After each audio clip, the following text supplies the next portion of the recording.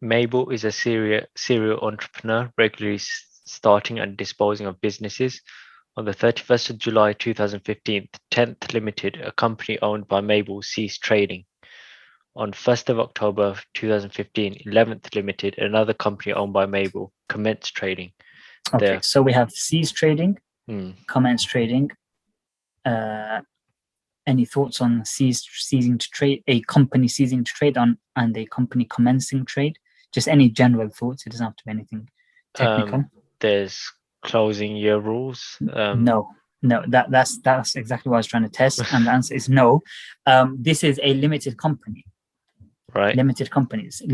So the closing year rules, overlap profits, basis periods, that whole thing. Yeah. That's only to do with sole traders and partners in a partnership. Companies have their own rules. Companies do not have opening. Companies don't go according to tax years. Oh. Companies go according to accounting periods. Okay.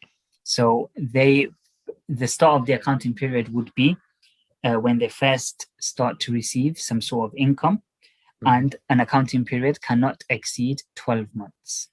Okay. So when they cease to trade on 31st of company.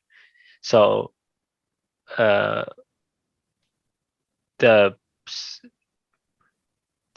last period up to 31st of July 2015 is what they file as their last return.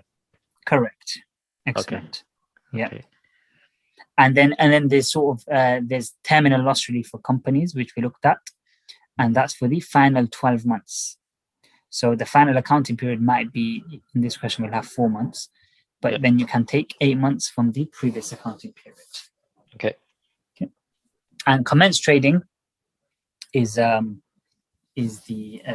those rules whereby you're looking at when you're looking at first source of income. That's when the accounting period starts, and it will end no later than 12 months. So a company's accounting period, chargeable accounting period, cannot exceed 12 months. Okay. So it completely ignores tax years when it comes to companies. Okay. Yes. Yeah. Okay. 10th Limited, for the final 4-month period of trading ended 31st July 2015, 10th Limited had a tax-adjusted trading profit of 52,400. This figure is before taking account of capital allowances. Okay, so what we've got basically the 4-month period to 31st July. So what would that be? That would be April, May, June, July. Yeah. And this figure is before taking account of capital allowances. So as soon as you see that in the exam, you know that they'll probably be expecting us to calculate some sort of capital allowances. Okay. Because you can't get the taxable total profits without having your capital allowances figure. Why? Because it's tax adjusted trading profit 52,400 less capital allowances. Yeah. Good. On 1st of April 2015, the tax efficient down value of the company's main pool was 12,400. On 3rd of June 15, 10th Limited purchased a laptop computer for 1,800.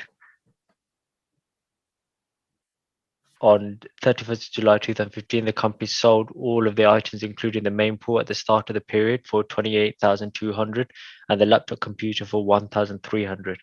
None of the items included in the main pool were sold for more than its original cost. Okay. So there's the capital allowances information. What are your thoughts, please? So the computer was bought in the final period of trading. You can't deduct capital allowances. As in, I know what you're trying to say, but it's not capital allowances. You can't claim annual investment allowance or writing down allowances. Oh, sorry. Yeah, that's what I mean. Yeah, they're writing down that, so you can't do that. Yeah, exactly. Very good. Good spot there. That's a common stumbling point. So generally you do the 1,800 annual investment allowance 100%. However, you just add this to the main pool. You don't get writing down allowances. You have balancing adjustments, so balancing charge or balancing allowance. Yeah, and everything was sold for less than what it was bought for, so there's no gain. Good. So effectively the proceeds, which is the 2800 and 1300 will be bought in as some sort of disposal proceeds in the computation, and that will leave you with a balancing allowance or charge. I'll leave that to you when you do your computation. But that's good. That was the main thing to pick up there. Yeah. Good. On 31st of July 2015, 10th Limited sold the company's freehold office building for 180,300. The building was purchased on 3rd of May 2011 for 150,100, and its index cost of 31st July 2015 was 164,500.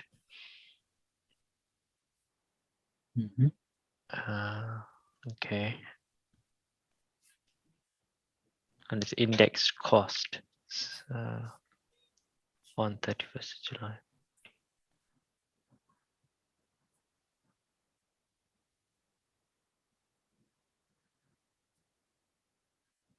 So effectively, there's a chargeable gain, right? Yeah. Proceeds 180,300. What do we do then? Do we deduct 150,100 or 164,500? We deduct the 164,500. Correct. Why? Because that includes the indexation allowance. Yeah. Yeah. Yep, well, otherwise, that. I think otherwise it would have been the 150,100 plus the indexation allowance, which would have taken you to 164,500. But is that correct?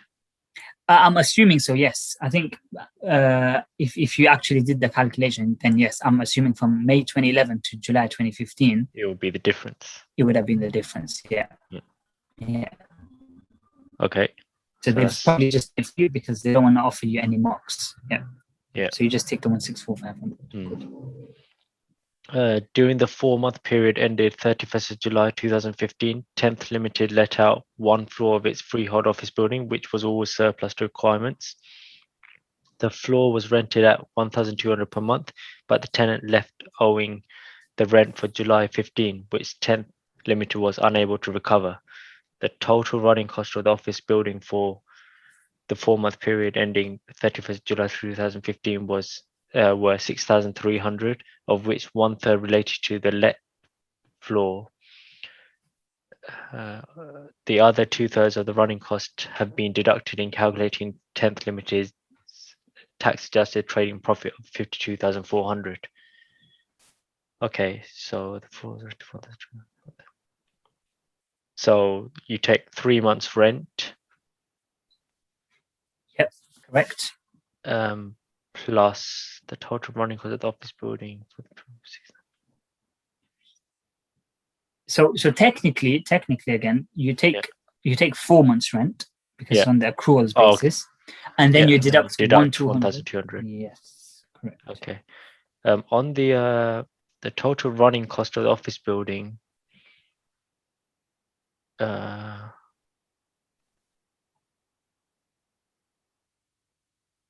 4-month period, that's allowable. I can deduct that, right, from my income of the rent, the 1/3. 1/3 of 6,300. Correct. Yeah. Yes. Okay. And then the balance would have been related to the actual business, and they said they've already dealt with deducted that. Yeah. Okay. During the 4-month period ended 31st July 15, 10th Limited made QCDs of £800. What are your thoughts? I can deduct that from proceeds. Proceeds? Sorry, gains. From the gain, the final gain. The final profit. As in, you take it off from taxable total. As in, you take it off from total profits.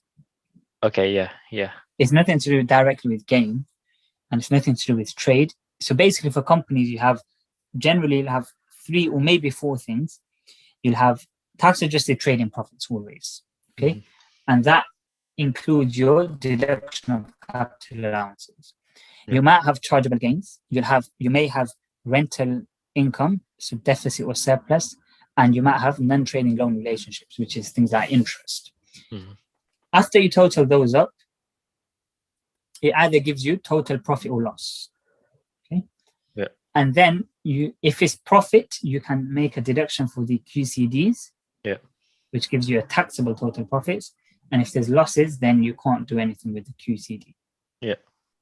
Good. Yeah. Excellent. That's good. Any questions there? No. 11th Limited's operating profit for the 6-month period ended 31st of March 16 is 122,900.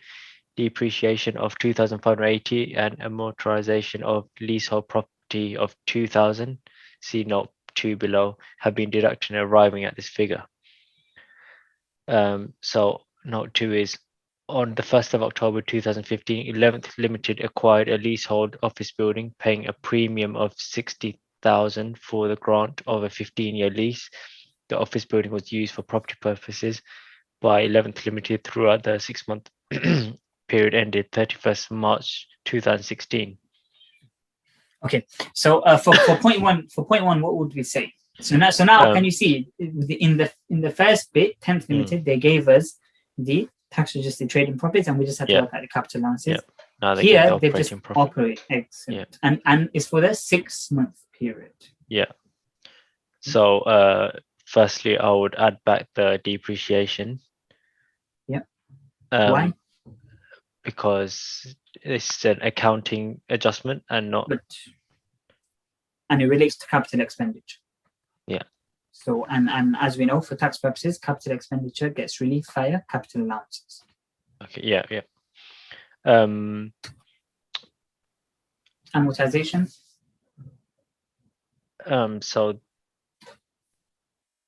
C note 2 have been deducted.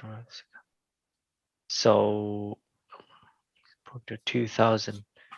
So I think I'll have to do the premium. So I think it was the formula. Regardless of the formula, so yes, you're right in saying note 2 will require a formula. So it's the premium less the so you remove the capital element, and then you have the amount assessed in this 6 months. Okay, so I'll leave that one for you, but the 2,000 is still added back, same as depreciation. Amortization is added back. It relates to capital expenditure. Okay, so what you add that and then deduct the premium. Yeah, and then the premium would be deducted separately. Correct. Yeah. Okay. On the 1st of October 2015, 11th Limited purchased 2 motor cars. The first motor car cost 12,600 and has CO2 emissions rate of 110 grams per kilometer. This motor car is used as a pool car by the company's employees. The second motor car cost 13,200 and CO2 emissions of 60 grams per kilometer. This motor car is used by Mable, and 45% of the mileage is for private journeys. Okay, so a few questions. First of all, when it comes to capital allowances, any thoughts on the annual investment and write down allowance? Yeah, one sec. Let me just get the. So it is how many grams? 110.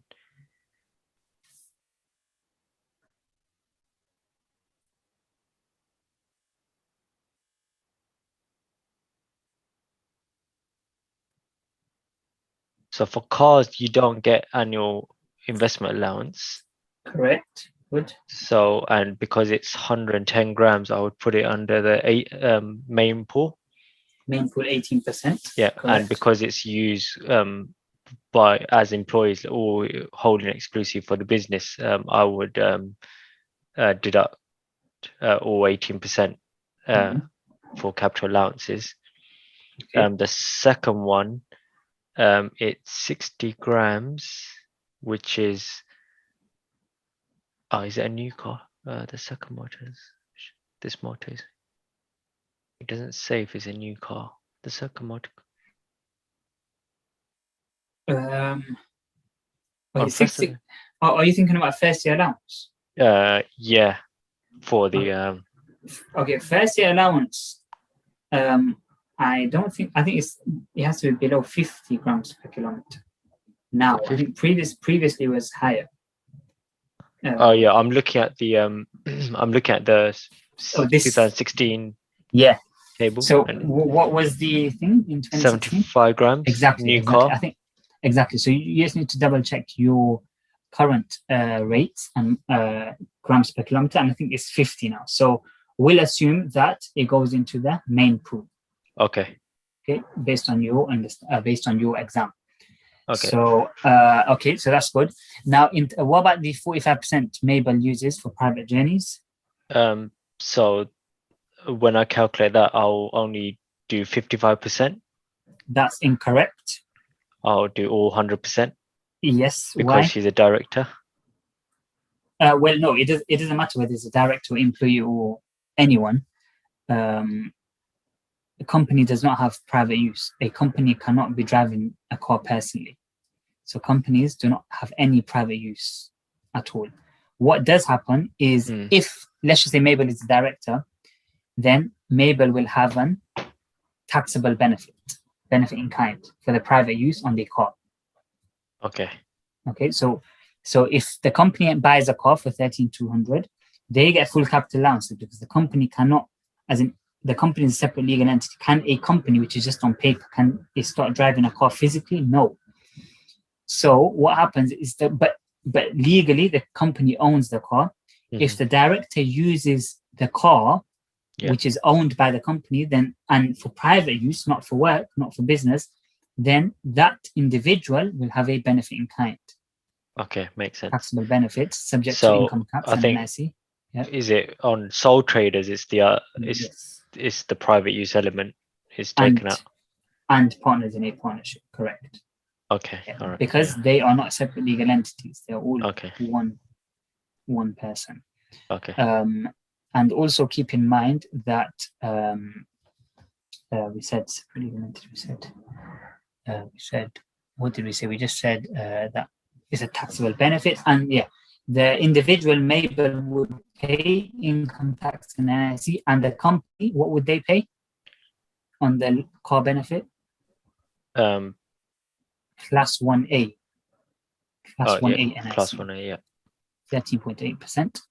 And they'll have to report on a P11D by 6th of July following the end of the tax year, and payment should be made by 19th or 22nd July following the end of the tax year. Okay. But again, that's not relevant directly for this question. They're not asking for benefits in kind, but you need to keep that in mind. My final question, which is technically my first question that I asked, but it is, what else do we need to think about? In terms of the cars? No, just generally for this whole capital allowances computation. Yeah. We're writing down allowance, annual investment. What do we need to think about? Because it's a 6-month period, so the annual investment allowance will be prorated. And the writing down allowance, correct. Yeah. So here there'll be no annual investment because they're cars, but the writing down allowance 18% for both cars will be times 6 over 12. Yeah. Good. Excellent. Very good. The questions that you're getting incorrect, that I'm asking you're getting incorrect.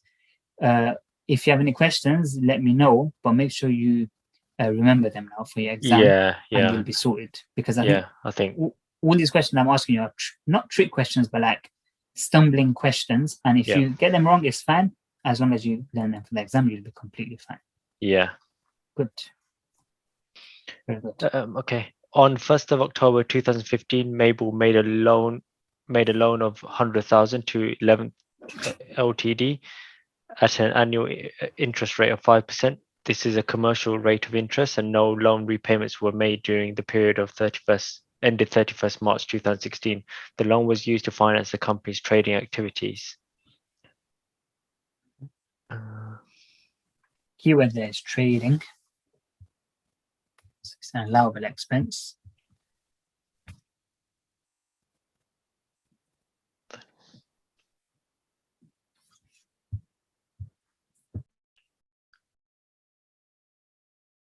This is commercial.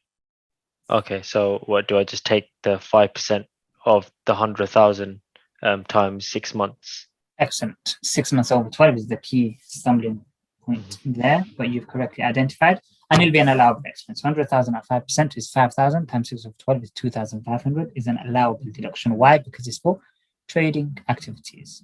Okay. And it says that Yeah, no loan repayments were made, so you don't need to do any pro rata. It's just the full 100,000 that's due. Okay, that's good. I think that's fine. So what we need to do is we need to do 2 calculations for 7 and 8 marks. Think about this. Look at the terminology. Calculate 10th limited taxable total profits for the 4-month ended. And for 11th limited, we're calculating something else, which is the tax adjusted trading profit, which I said is part of the taxable total profits. Yeah. Okay. So do you understand the difference fluently between the two? Good. Yeah.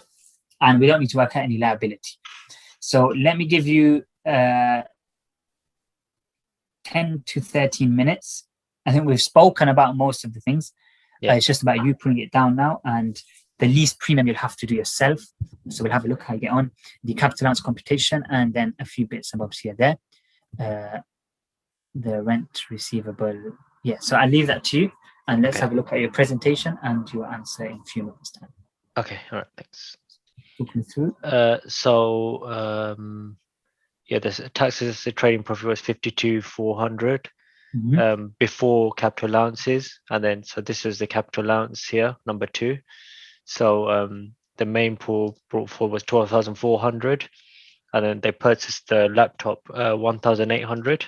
So okay, why have you put the laptop in a separate pool when it's in a column? I got a bit confused when they started selling it separately. So they sold the main everything in the main pool at 28,200, and then they sold the laptop for 1,300. So I got a bit confused. So I know it's still 18%, but exactly. So you would have got the right figures, but technically you put the laptop into the main pool, and then your disposal proceeds would be 28,200 and the 1,300. Okay, yeah. I guess I could have show it together, basically. Yeah. Don't call it sales. It's not sales, proceeds or disposal proceeds. Oh yeah, sorry. I think it's disposal. Disposals, yeah, that's fine. Yeah. So they sold this for profit, 15,800. Sorry, a loss. As in, it's not a profit or loss when it comes to capital allowances. It's a charge or allowance. Yeah, they sold it for more basically than what was in the thing. So therefore, it's a charge. Yeah, because they've paid more capital allowances than they should have. Yeah. So and this one was less, but when you add it up, it came up to a charge. Exactly. So I added it here. So it's taxable. Yeah. Yeah. And so that's that. And then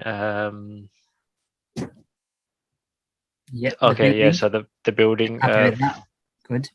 Less that equals that. Yeah. Rent to income, I did 4 months, then the less the 1 month unpaid. And then a third of the running costs. Exactly. So that's good. Yeah. And then I got that as a taxable income, I think it is. No, it's not taxable income. Profit. It's a company. You can call it total profit. Yeah. Because taxable profit is 84,200. Yeah. You can call it. And then I less the QCD 800 to get TTP. So that will literally give you the full 7 out of 7. So how do you feel? As in, except for the laptop bit, try to keep it in the same pool. Yeah. I think I just got confused when they were selling it separately, but in the end of the day, it doesn't make a difference because you're not doing any 18% calculations or anything. So yeah, no, even if you did 18%, it'd still be fine. But you can't claim final year, right? For exactly, you can't closing claim it. Yeah. Now I'm just saying, even if they weren't ceasing to trade and you put it in separate columns, and writing down allowances were available, then I would have put it in there. Yeah, I think I definitely would have put it there. Even if you put it separately, it'd still be fine. So that's what I'm trying to say. Technically, you should still put it in the same column, whether there's writing allowance or whether there's a charge or allowance. Okay.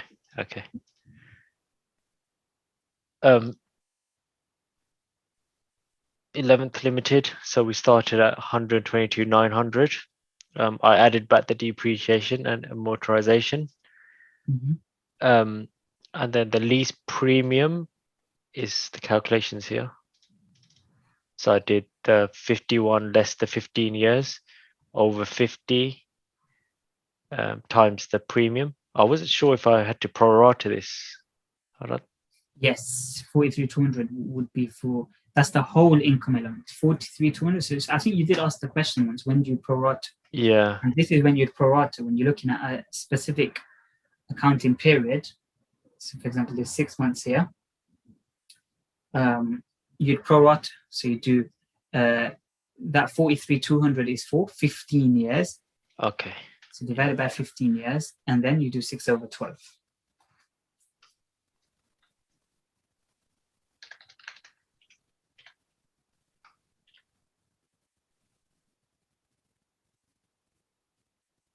So that's for 15 years.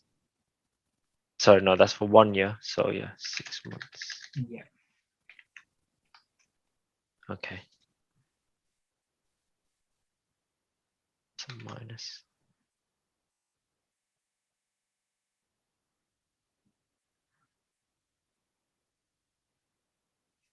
Okay. So is that correct then? Now. That's perfect. Now you take 140.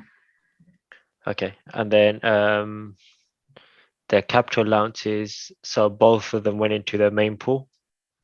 Yep.